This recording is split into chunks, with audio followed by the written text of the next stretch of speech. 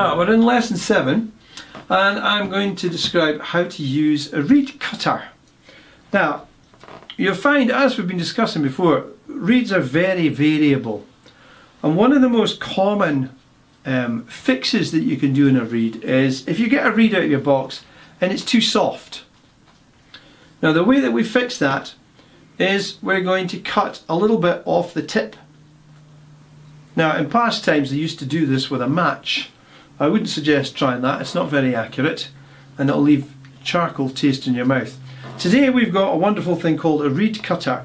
Now there are various models. This I find is the best one. This is the Cordier reed cutter. There's more details about it on the website and the course itself.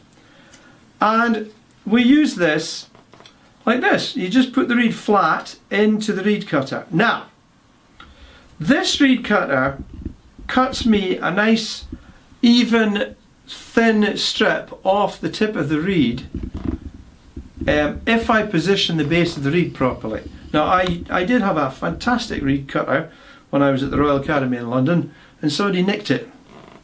Either that or I lost it, but I think somebody nicked it.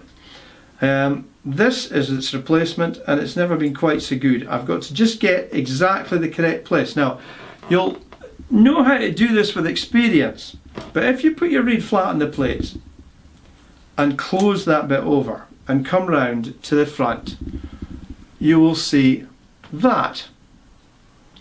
You can see that there's a bit of the reed is sticking out above the cutter here. So there's the cutter, there's the reed sticking out at the top. Now that's obviously far too much to take off at one time.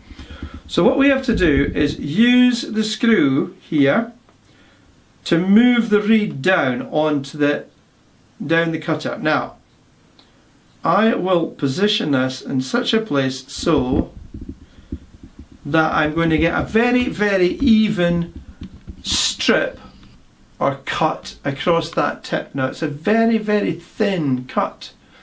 Remember that the more reed you take off, the harder the reed will become.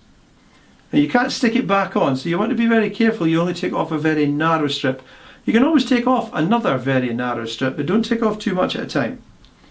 So now that I'm satisfied that I got a very narrow strip there, press down once and you heard it click and burst forth, and I've lost it.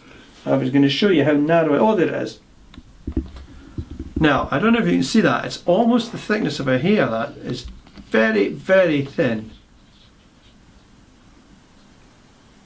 And that's all the thickness that you want to take off the tip of your reed at a time. Don't take any more than that, otherwise you might ruin the reed completely. Once you've taken a little bit off the tip, try it on your clarinet again and see if it's better.